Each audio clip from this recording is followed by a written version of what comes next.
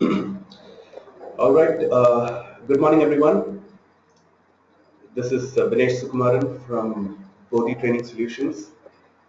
I will be taking you through this webinar. Some housekeeping measures before we begin.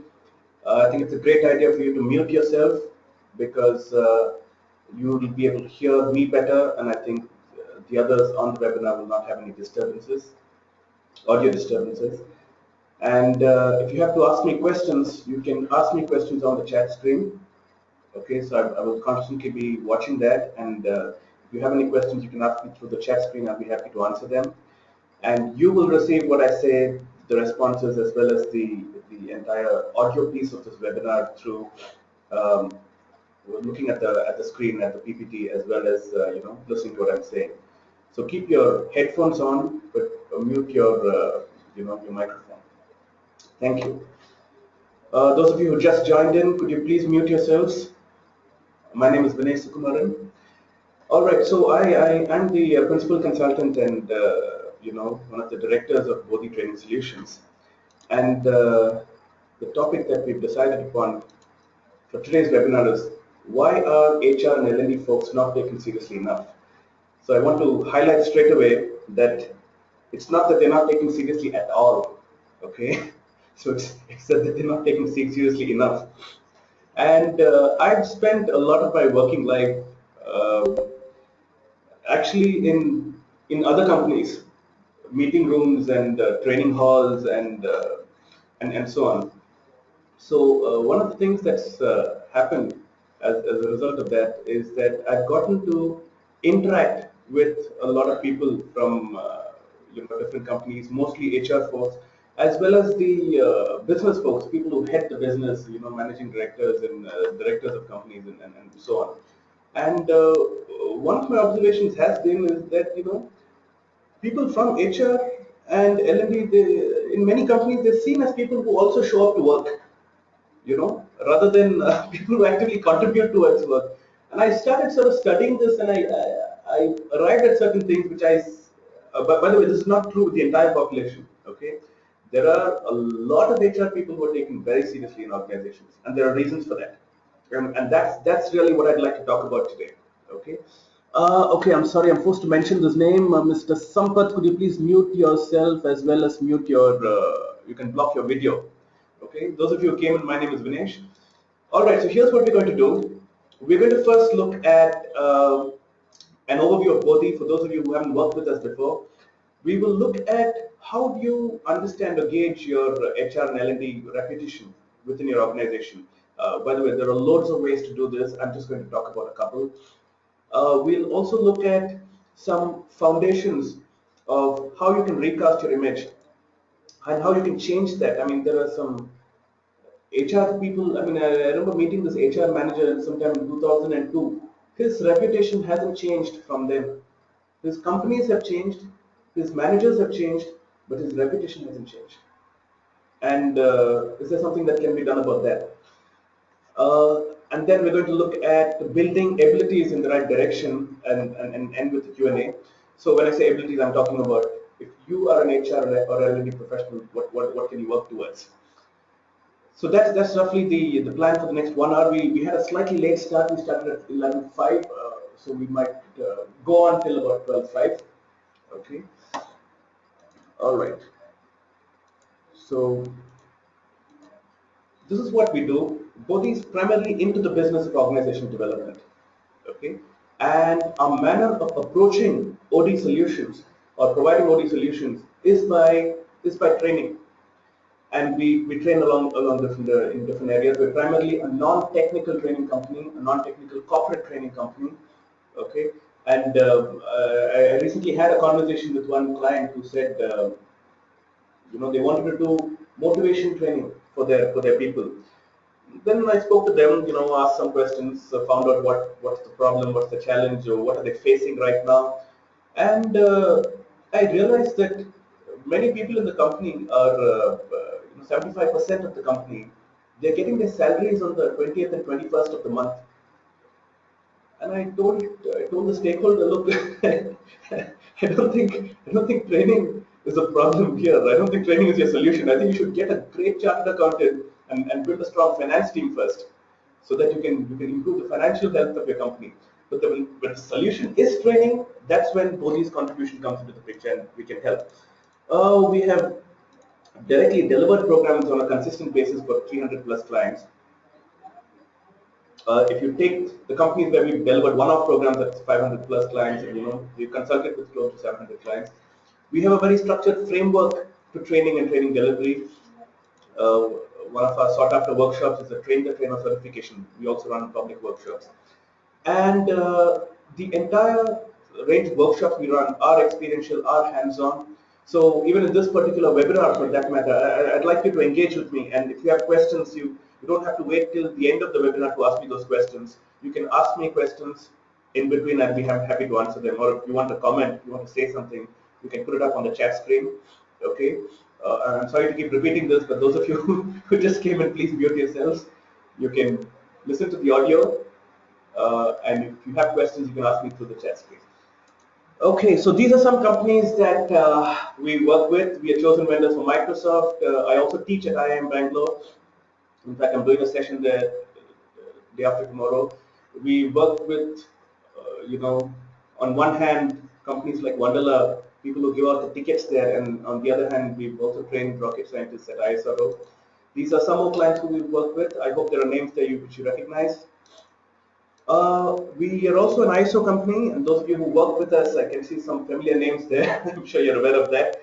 We've been certified by this rather elite German body called TÜV or TÜV, and everything that we do, from our processes to the quality of our delivery, follows ISO standards. These are some of the areas on which we so our non-technical training is focused on these buckets, if you like. So we do a whole range of sales training. We have off-the-shelf workshops as well as workshops which are highly customized. We have entry-level leadership workshops for people like first-time managers, and we've also done workshops for board of directors and so on. We do some basic communication programs like email writing, business communication. We also do some advanced communication programs like neuro-linguistic programming, transactional analysis, and so on. We also focus on HR training. Like I already mentioned, one of our sought-after public workshops is a Train the Trainer certification. We do programs for competency creation, mapping, other aspects of HR like performance management, and pretty much everything that comes under the larger banner of soft skills. Okay. Some distinctions, as I already mentioned, most of our work is for companies as in-house workshop, where we go to, say, SAP and deliver a program for them. And we have some public workshops where, as I'm speaking to you, there are 2 public workshops which are going on right now, one in Bangalore and one in Hyderabad. We do off-site as well as outbound programs. There's huge confusion in the market. They think every program you do in a resort is an outbound. That's not necessarily the case. Many programs are just off-site. That means you do it in a Golden Palms or a resort somewhere, but they're actually just off-site programs. Outbound has an element of being out in the wilderness, being exposed to certain kind of challenges, terrain, and so on. And we also do one-off training program delivery, where companies say we want a program tomorrow. And on the other hand, we have organizations which say, we're having 3 big problems: attrition, low customer satisfaction ratings, and thirdly, lack of motivation. What do we do? And then we handle that entire piece through coaching, training, content development, whatever. So that's pretty much how we work. And the reason I'm telling you all this is I'm setting the context. I mean, also for some of you to understand what Bodhi does, but I will bring some of these back later when I tell you about what can an HR and L&D person do to build better credibility. So this is a model that we follow, which is called the ADDIE model, as most of you must be aware of it. It's a very popular model. Unfortunately, many companies in India claim ownership over this. It's not owned by any company in India, nor is it owned by Bodhi. So it's something that started in the U.S. Army and U.S. Air Force to train their, their force. So it starts with analysis. So after your initial conversation with the client, You capture information, you find out what exactly is the problem, and I encourage all of you to do this as an HR and L&D professional. When you go and talk to departments, you should have the acumen to ask them questions and find out, is it an HR problem, first of all? Because many problems are not HR problems, are not L&D problems. They're problems which are related to other things. I remember the company which I was training at, I don't want to name them, but they're located in this godforsaken place, and nobody wants to go there, nobody wants to work there. And the HR manager is struggling with recruitment. And it is not because he was a bad recruiter, because nobody wants to work in that place. Nobody wants to move from a big city like Bangalore, Chennai, Hyderabad, Delhi, and go and work in that place. So sometimes the problem is not directly people related, and you should be able to identify that. Secondly, you design, so as an L&D professional, you design an intervention, whether it's an employee engagement intervention or it's a training intervention based upon your analysis. Then you develop. Development is really where you decide what is the material information that is needed to run that intervention. And finally, the intervention is rolled out, which is the implementation. So if you're going to have even something like performance appraisal, you can go through all these things. Implementation is when the performance appraisal actually happens. And there is a stage here, this arrow on the top left is called evaluation, where you look at it and say, was my HR intervention or L&D intervention successful? That's the evaluation.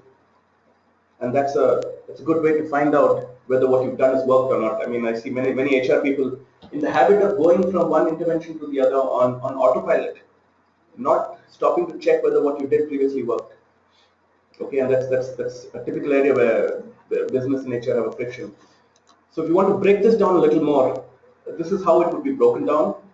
We've had many clients who, especially the larger clients, who told us we have 5,000 people to be trained, and we want to do all these trainings, and it could be very overwhelming. If you're an in-house HR manager, training manager, it looks like this huge set of things to do.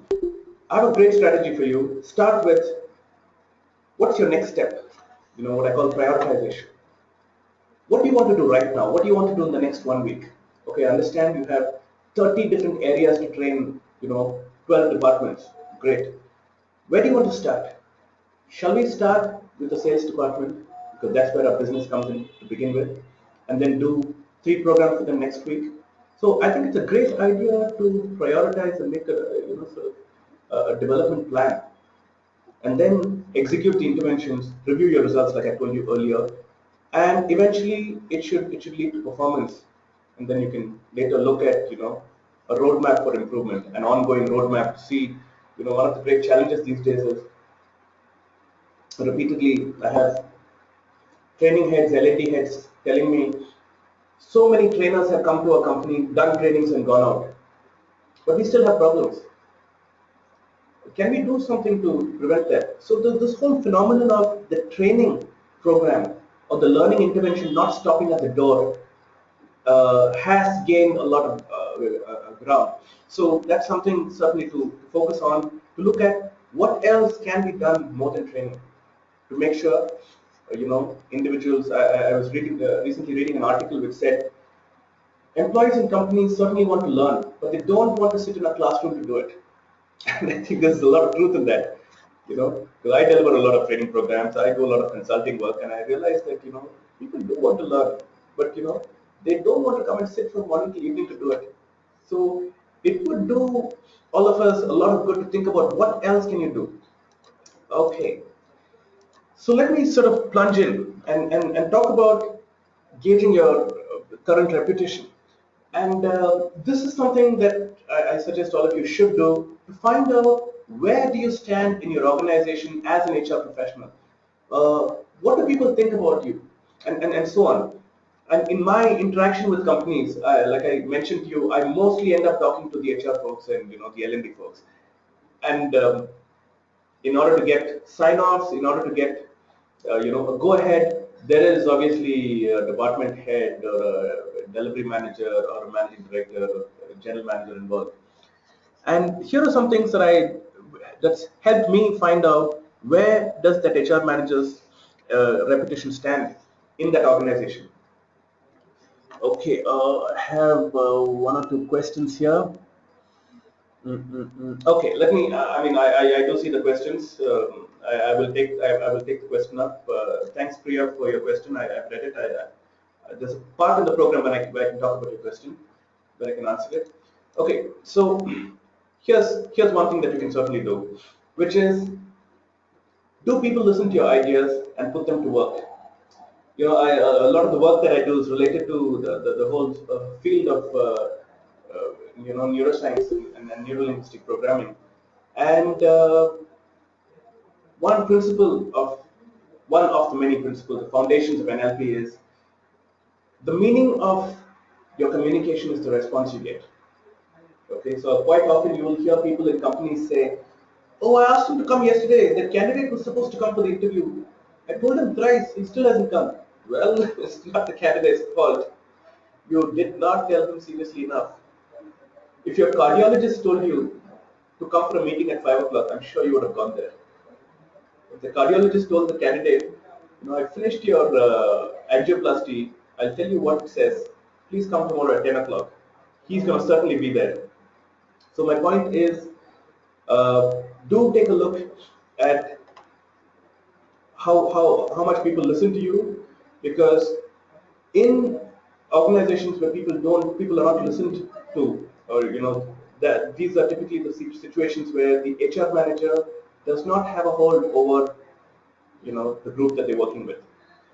And by the way, I'm going to tell you what to do about all these things. Right now, I'm just giving you the diagnostics. Okay, so look at some of the things. Ask yourself this question. Look at what you've done over the past say 3 to 6 months. The different initiatives, the different conversations, and what have you shared with people. First of all, if you've not shared any valuable ideas, that's a clear indication of why your reputation in your organization could be suffering. Secondly, what if you've shared ideas and nothing has been done about it? You come out with a new plan, a new engagement plan, a new training rollout, a new set of meetings which you want to have, like an open house or a town hall. I mean, it's called different things in different companies, and eventually nothing's really done about it, and nothing really takes off. Everything fizzles out, fizzles out, fizzles out. If this happens, then it's a clear indication that you could be what I call a drummer. I read this joke recently which says, "What do you call the guy who hangs around with musicians?" And the answer is drummer, because you have in many groups the lead singer becoming popular, other people becoming popular, and very few people know about the drummer. So don't become a drummer. Second is, are you a visitor at important meetings? This is really the next step where they say, "Oh, call everybody for the meeting.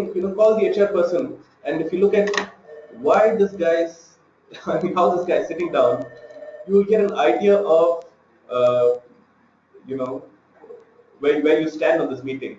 And when I say, are you a visitor? You are called for the meeting. You're invited for them. But at the end of the day, you go in for this meeting, and you end up not doing much. You're sitting there wondering, what am I even doing in this meeting? So that's something to certainly look out for. So I urge all of you, ask yourself, what are the meetings you attended? I mean, my team here tells me when I ask them, what's happened to this client? What is this particular client saying? Have you spoken to this person? HR people seem to always be in meetings. I don't know why, but they're always in meetings. So, what are the meetings that you're going for? Why are you going for those meetings? And are you contributing in those meetings? The moment you see yourself being a visitor in the meetings, if you're just a tick mark for that meeting, then I think there's reason to worry.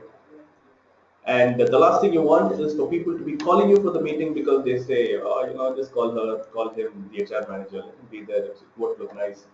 You don't have to be in any meeting because it won't look nice if you're not there. Okay?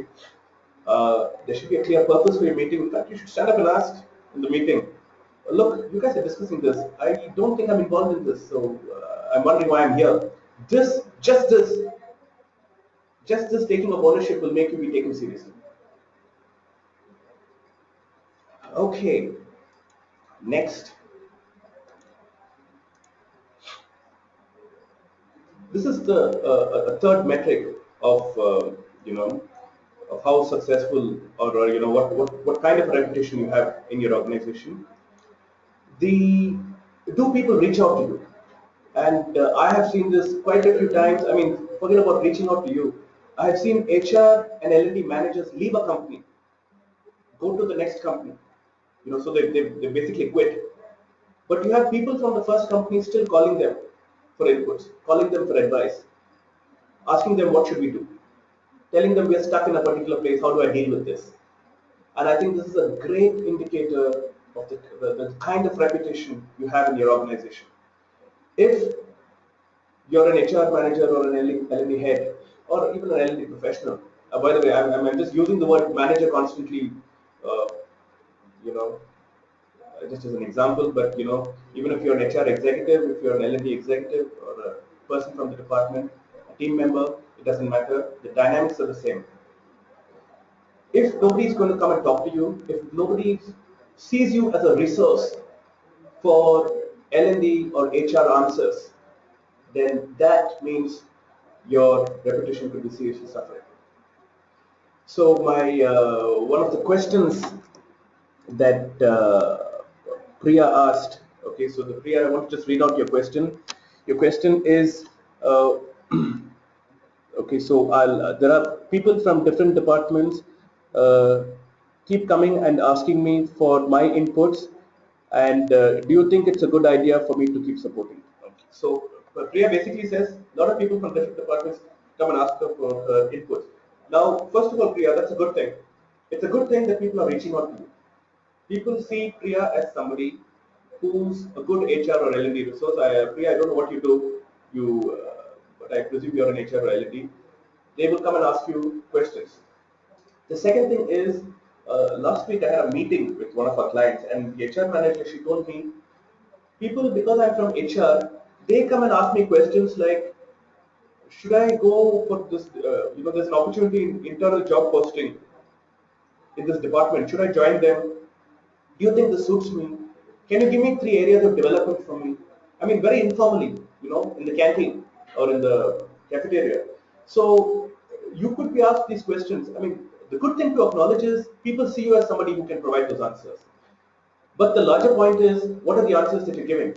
So to answer your question, Priya, one thing which you certainly should not do is answer answer it as a ritual, which I'd like to believe that you wouldn't be doing. But there are managers who do this. Okay, they just act like amateur psychologists and shoot their mouth off, saying, "Oh, you should be in. You're a typical sales guy. You should be in sales." Finally, that guy moves to sales. Then he's lost his opportunity in technology. Then he realizes that he hates sales, so he leaves the company and he's frustrated with being in the corporate world. Okay, so do remember that people's careers depend on it, livelihoods depend on it. So be careful about what you say. At the best, if you feel that, okay, sorry, you're saying something else. Okay, yeah. So okay, thanks, Priya. Thanks for answering that question, telling me that. So you're an HR manager, and sometimes you don't have the answers. I completely understand that, and that's exactly what I was going to say now.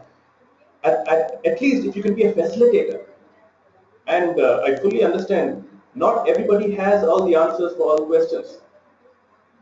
If somebody comes and approaches you with a question you don't have the answer for, as an HR or L&D person, if you can facilitate a solution, if you can tell that person, look, I don't know much about, what it's like to be in this technology, but let me get you in touch with a colleague of mine or an ex-colleague of mine in this company.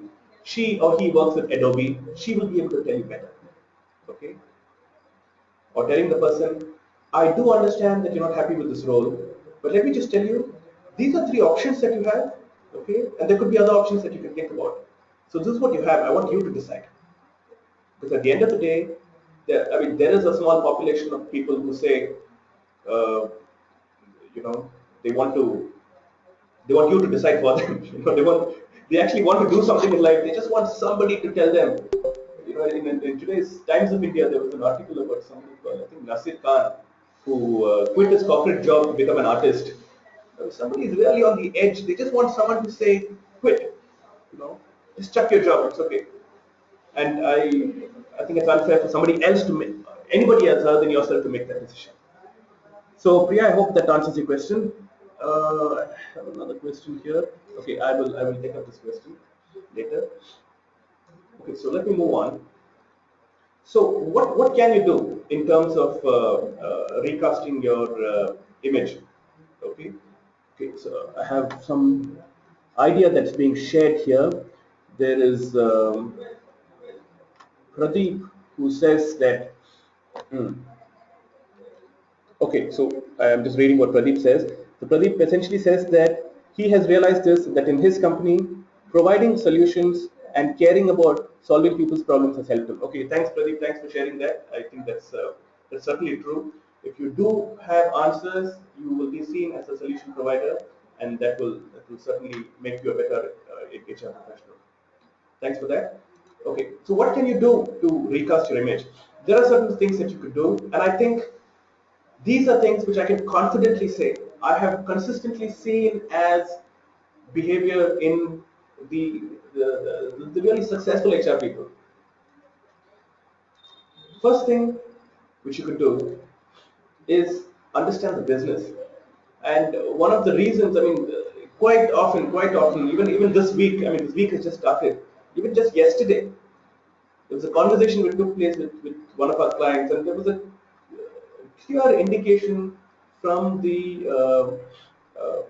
you know, the business head that the HR person does not understand the whole story. So let me tell you, you know, now when that happens, it's kind of sad because one way to think about it is HR or L&D carries a reputation of people who don't understand the core business. Okay, and it could be nothing more than just a reputation. It might not even be the truth. But in my observation, in many cases, unfortunately, it has been the truth. Where I have had a 2-hour training need analysis conversation with an HR head. They have told me a bunch of things, and like I said, we are an ISO company, so every single conversation gets documented. Okay. So for example, even this webinar right now is getting recorded. Uh, so now the point is, when you see this happening, you know, the HR man, I mean, the later the business head talks to you and tells you a bunch of things which are quite different from what the HR person told you. Okay, it's far deeper than what the HR person told you, and not only that, it makes far more sense and is more connected with what's happening realistically in the organization. Now, when these sort of things happen, it's not surprising that some of the HR and L&D people are not taken so seriously. So my suggestion to all of you is, I don't know what kind of companies you work in. So whichever company you work in, my suggestion to you is try to understand the business. I mean, you should watch your reputation shoot up.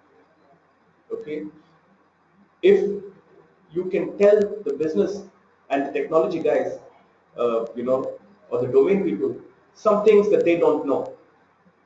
Okay, because HR is hardly seen as a function which can tell the rest of the company things that they don't know, except when it comes to the people side of it. But I think by doing this, you will take a step forward. I don't think there's any serious debate on that. I remember this one HR manager, I don't want to name, but she's been in HR for many years, and I went to do you know a facilitation session in her organization, and I was amazed over lunch. The number, and you know how it is. When I go in as a consultant, the HR person will come, introduce me, leave, come back, take me out for lunch, and then meet me in the evening after the program is over or whatever. So when I was having lunch with this person, I was amazed at the number of people who would come and ask her things, and she would be giving. And this company has some high-end technology. They have people from most of the IITs in India, and including places like Stanford and so on. The reason I was doing that program there was to help these people. They had the best ideas, but they did not know how to present them well. And they would come and discuss things with her, and she would give them inputs of where they could find the right resources on the internet, where they could find the right people to talk to publish the next white paper. and so on. So she was such an amazing resource person internally that people sought her advice and inputs constantly, and she was taken seriously. In fact, when I first went to meet that company, I met the director of the company, and he said, "I can't have this meeting without her because she knows the people side of this company much better than I do." Okay, and when this sort of an input comes, and I actually asked her, what is it that has made you who you are, and she has worked with some of the other brands. I uh, don't want to name them, but some of the biggest companies in Bangalore and in India. And she said, one thing that's really helped me as an HR person is understanding the business. Okay, because sometimes we focus too much on other things, on understanding, say, a psychometric instrument. But eventually, if you can't connect this to business, it's not going to work. So understanding the dynamics of that business, and every single business is different. Okay, I have heard people say that, I mean, every business thinks they're unique. I mean, let me just say that. I've gone to construction companies which say our business is unique. I've gone to, recently I did a program with a company which is into CAD CAM. They said their business is unique. So every business thinks they're unique. And I think there's a lot of truth in it. Businesses are unique. So the point is, in the midst of this uniqueness, how well do you understand what's happening, and therefore what is the people edge, or how are you going to handle the so-called psych cap, the psychological capital of your company, and make it a better place to work, and so on. So those are questions to answer, and knowing the business certainly is one way to do that. Okay, let me move on to the next part. I do see some questions here. Okay, I'm just going to very quickly take this particular question. Uh, this is Amit who says that. Okay, let me just read out this question. Okay, I have been from an insurance background, worked there for 10 years. Okay, now work for a technology company. It's quite challenging for me to understand this business. Okay, fine. So, Amit, basically you're saying you're from an insurance background and you work in insurance companies, and now with your, I don't know if, I hope you're in the HR department, Amit. I'm going to answer this assuming that you're an HR person or an L&D person. So Amit says he was working in an insurance company, now he's with a technology company, and he finds it challenging. Well, what can I say? Let me just share this with you, Amit. Okay, thanks, Amit. Thanks for that. Thanks for telling me that you're an L&D manager. So Amit, my point to you is this: look at the look at both. One is certainly the reason they have taken you from a different domain is because it's not like everything is different.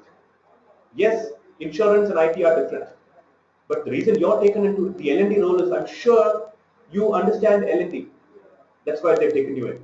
Now the question is, what can you do with your L&D? You can do a lot more if you understand the technology business better.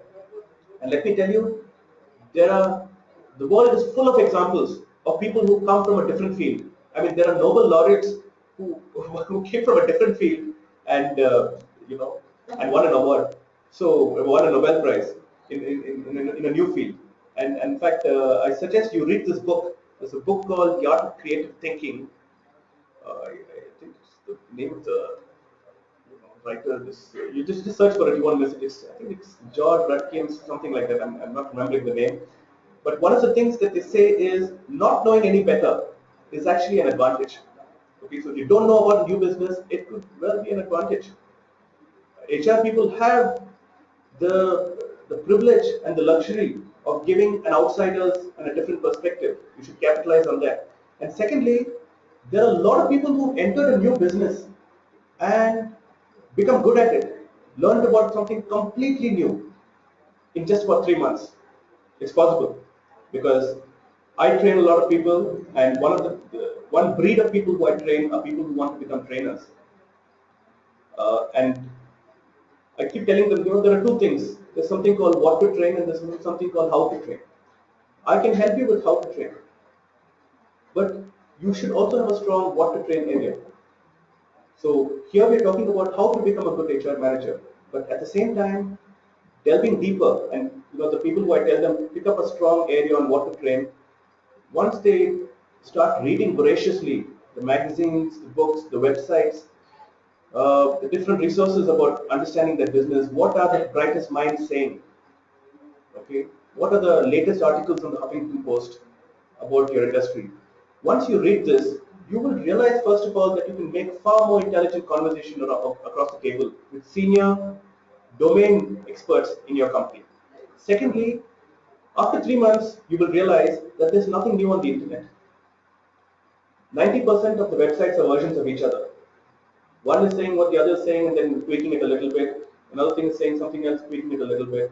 So you will realize that largely people are saying similar things. So it's not, it might look, it's like looking at a dark room from outside. Once you get inside and put the light on, you say, okay, it is after all a small little room. So that's something I suggest for you, Amit. I hope that helps. Okay, there's another question. I'm going to take this later. Okay, let me move on. Here's the third thing, which is impacting behavior and performance. Now, this is another thing that typically happens in HR. Um, I tell people in one of the workshops that we conduct, which is related to competency creation and mapping. So we train people to create and map competencies effectively.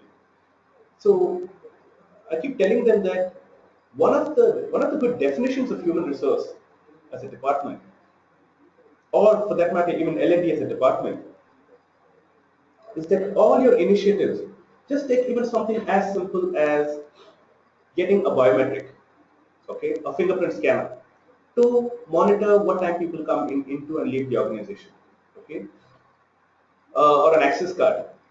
Eventually, the use of that access card or the biometric should lead to changing the person's behavior, okay, and eventually changing the person's performance.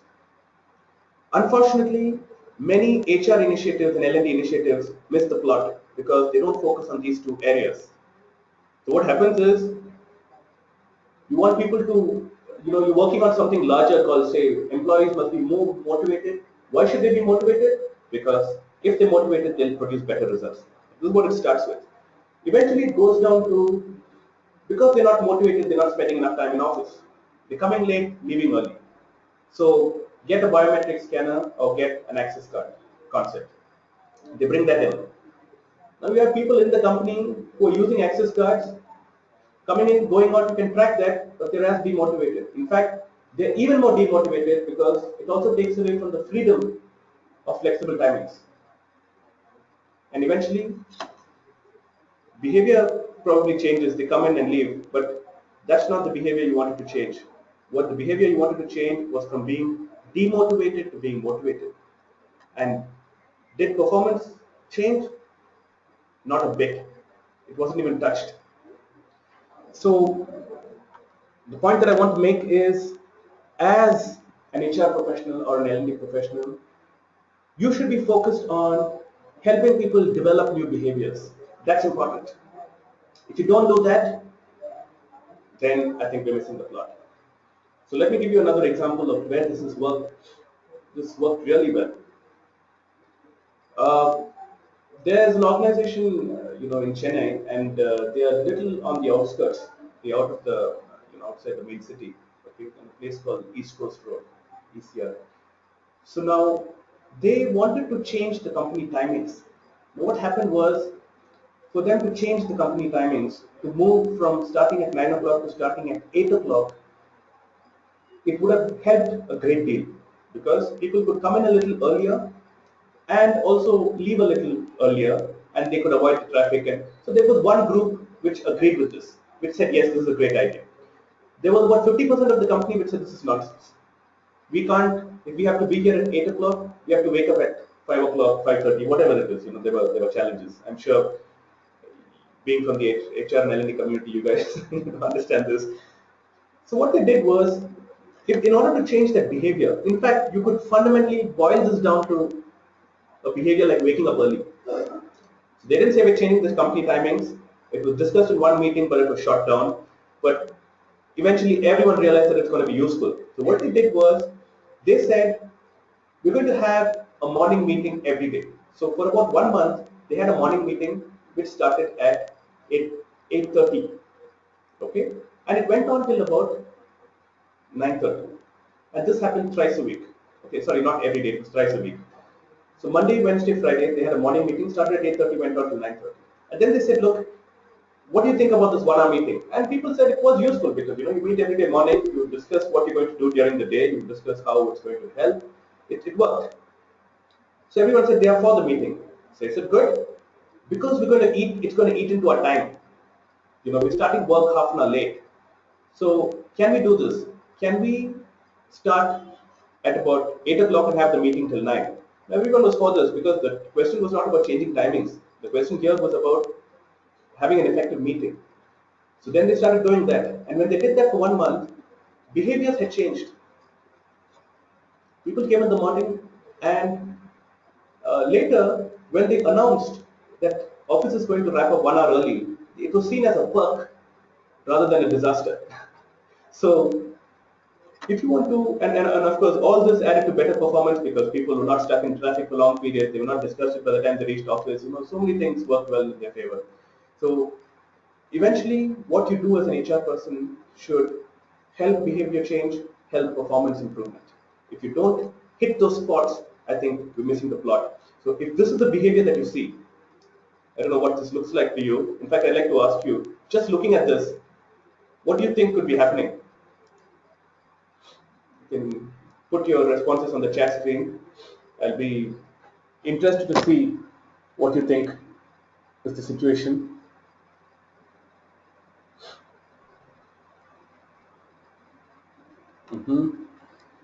So I see some responses here. We have Aditi saying manager being unreasonable. Okay, manager being unreasonable with his subordinate. Okay, so first of all, so Aditi, you think the gentleman is the manager and she's the subordinate. That's fine. Okay, we have somebody here, Suresh, who says uh, bad feedback, giving bad feedback. Okay, yeah, possibly. Looks like. I can't tell at this point who's giving feedback to whom, but there's probably bad feedback happening. Okay, all right. I think we have one more response here. Think disagreement among employees. Yeah. Okay, let me stop there. Now, this is what you notice. Here's what I'd like you to do, which is change this to a behavior like this.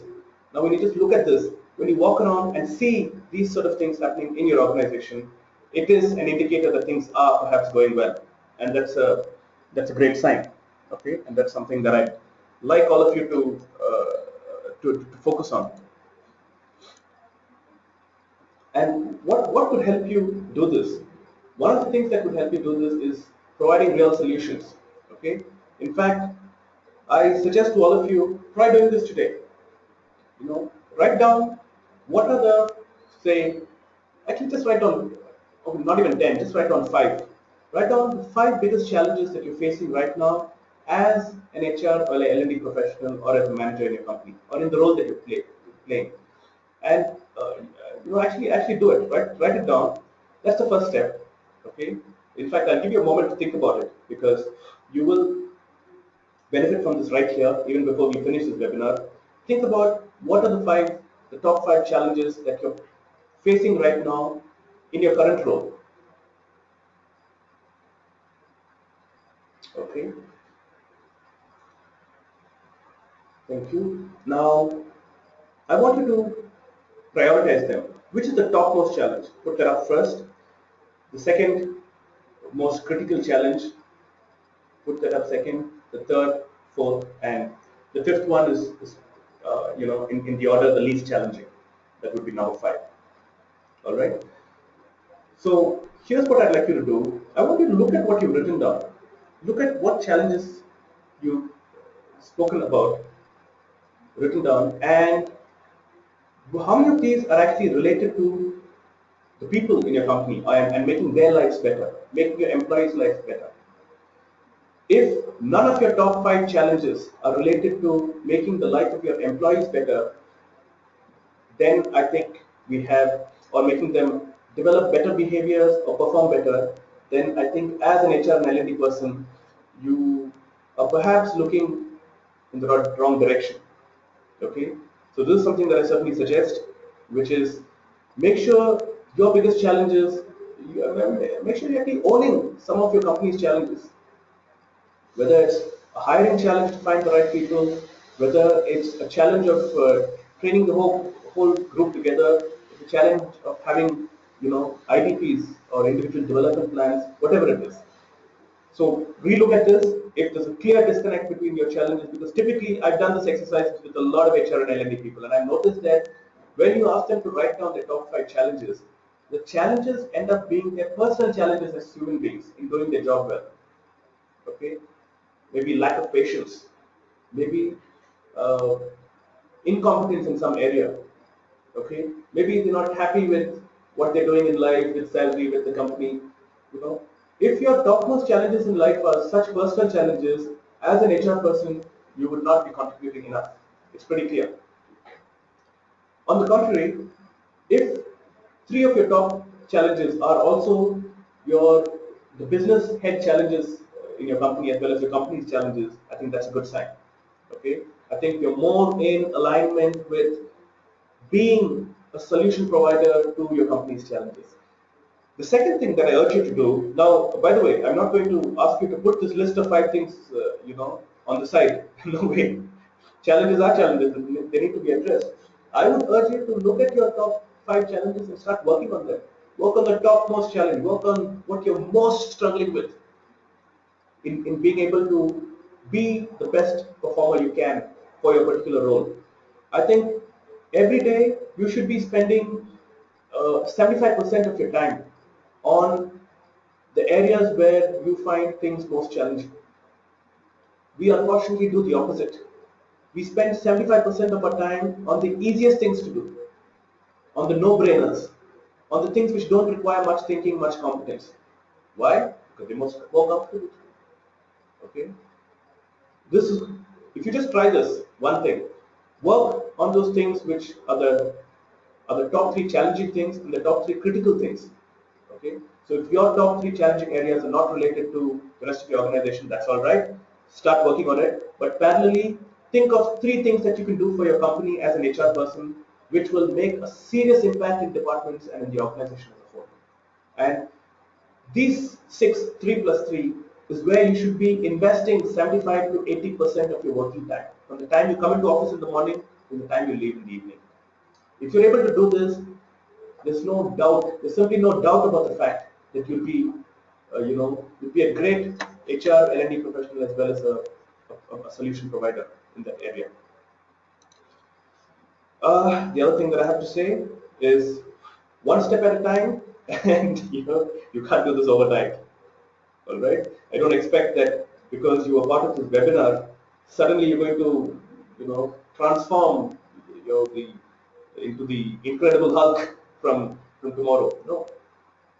In fact, one of the things that does happen, and I tell people not to do this, they come and attend one of our workshops, and they suddenly go to their company and try to change everything overnight. Please don't do that because of 2 reasons. One is when you do that, you shock people in a very uncomfortable sort of way. People say, "Oh, Priya, you were not like this yesterday. What happened to you now? You know, you're behaving rather differently. What changed overnight? And that sort of gives you the, no, shall I say, not the response that you want. Okay, a better way to do it is absorb these ideas, keep your motivation intact, because when you try something radical, it doesn't work, you go back to a level of motivation far less than what you started with. My suggestion is to use, in fact, you guys can make note of this. This is called the hot frog approach. Hot frog approach. I mean, the approach basically says if you put a frog in boiling water, it will jump and toss out of it. But if you put a frog in cold water and slowly increase the temperature, the frog gradually remains there, and reaches such a point of comfort that it becomes difficult for the frog to jump out. Okay. So my suggestion to you is the changes that you want to make, take it one step at a time. Top 3 of your personal priorities and challenges, and top 3 of your organization's priorities and challenges. I want you to take them under your wing and own them, And by the way, let me tell you, if you do this, you will not own them forever, because those will not be challenges after 2 months. That's something I can have a bet on. If not completely solved, you will at least have found workable solutions for them. And that's what helps you grow, get recognized, and become a better HR or L&D professional. So start with small steps, like even what I told you earlier about changing office timings by introducing a meeting concept was nothing but taking it one step at a time. If you go and make an announcement saying from tomorrow we are starting work at 8 o'clock, there'll be a riot.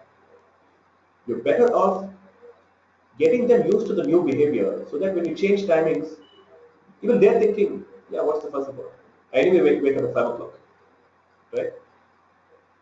So this is the next thing that I have. You could also try this. This is essentially what I told you now. Uh, you worked on your top priorities. Also do this. Think right now about what is one quality if you developed. If you had that quality or that ability or that competence, you would become a much better HR person. It can be any skill, any competence.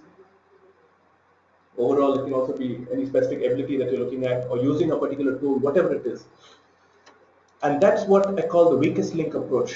Unfortunately, like just imagine an HR manager who um, who's very poor in in his language proficiency, say his English language proficiency. Now what happens is, unfortunately, he's working in a multinational. And in this multinational, for some strange reason, people who speak better English and write better English are taken more seriously.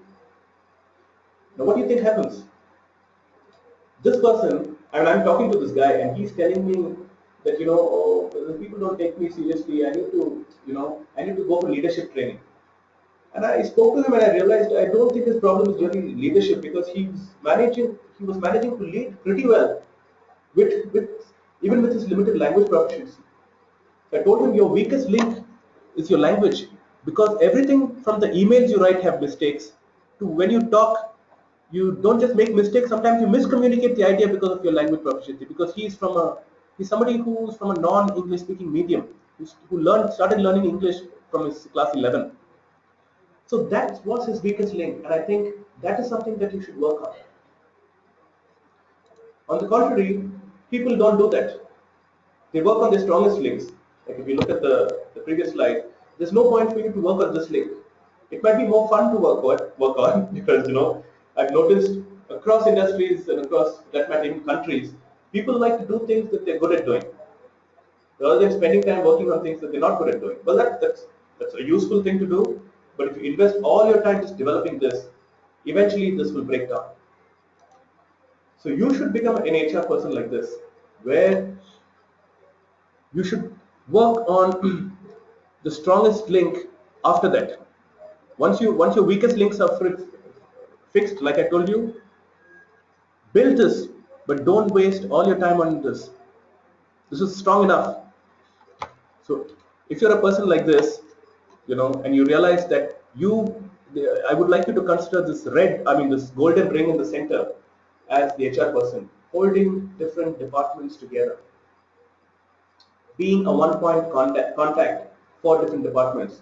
I think that is something which will take your ability to the next level as an HR person.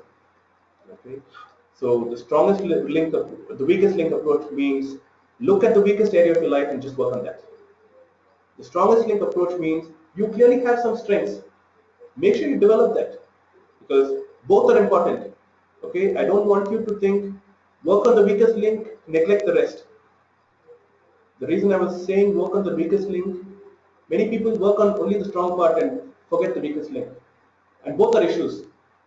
Like in our education system, we have the opposite problem. Students, right from when they are in school, they are sent for tuitions or remedial classes on their weakest subjects. The boys weak in maths, send him for what? Maths tuition. He's weak in chemistry, send him for chemistry tuitions. And he's really good in economics, that gets completely missed. So by the time he's in class 10, even he doesn't think economics is a strong subject. So one is to work on the weakest link, but develop his strengths. because they are what will keep you grounded. So folks, I want to wrap up this particular this webinar by giving you some of the abilities that some of the other things that powerful HR and L&D people do. One of them, as we already discussed, is called credibility. You should be a person who's taken seriously, and if you want to be taken seriously, those are some of the things that you can do. What we just shared. Okay. Secondly, and I want to make this point that if your reputation is suffering in your organization, it is a cause of concern. Please get up and do something about it. In fact, when you wrote your challenges, people are not taking you seriously in your company. Put that as your topmost challenge. Next is competence. This is how I like to look at it. In fact, I just wrote a blog recently this morning for Bodhi. You will probably see it up on the social media sometime during the week, which says failure is not the opposite of success. Okay, and failure is not the opposite of success. If something is not working well, if your credibility is poor, if you can't deliver something, it is because you're incompetent in some area. Try to identify what that area is. Sometimes it's a direct skill, like I told you, like an English language skill. Sometimes it's an ability, like your inability to go talk to senior people, your discomfort to talk to certain kinds of people. Maybe you're not comfortable walking into a new department and having floor conversations. Maybe you don't have the charisma, and because of the way you come across, people don't listen to you. I mean, I've seen all these in different people, and I'm just giving you those examples. And a competence is something that you can develop. Each of these is a dimension of a competence, or a competence. They say a competence is made up of knowledge, skill, and behavior. So if you can't do something, it's because you don't know something. That means you don't know the knowledge. You don't have the knowledge. You can't. You don't have the skill to do something in a particular way, or you don't have the behavior or attitude. Okay, so that's something for you to focus on. Thirdly, convergence. I'm hoping at least some of you wrote this down, which is one of the things for me which makes an organization is that everybody is going in the same direction. Imagine it as a set of arrows. All the arrows should be pointing in a common direction. That makes it a good organization. On the other hand, if it's like this, like this page, if these four people form an organization, this is going this way, this is going this way, this is going this way, this is going this way, they're at least forming a cycle. But if they're going in all different directions, like this way, then obviously that's not a proper organization, because the organization itself is pulling itself apart. So it's a good idea for you to understand what is the larger picture of your organization, where is your whole company department heading, making sure that idea is drilled into people's minds through your HR interventions or L&D interventions. And lastly, change. Let me tell you right away, what works for you today might not work for you tomorrow, next month, next year. So I've seen some HR people, their HR philosophies haven't changed in the last, I don't know, 15 years. When I met them many years ago, they had the same philosophy. The philosophy was maybe something like, every person must go through 3 days of classroom training in a year. Great. I mean, is that even valid anymore?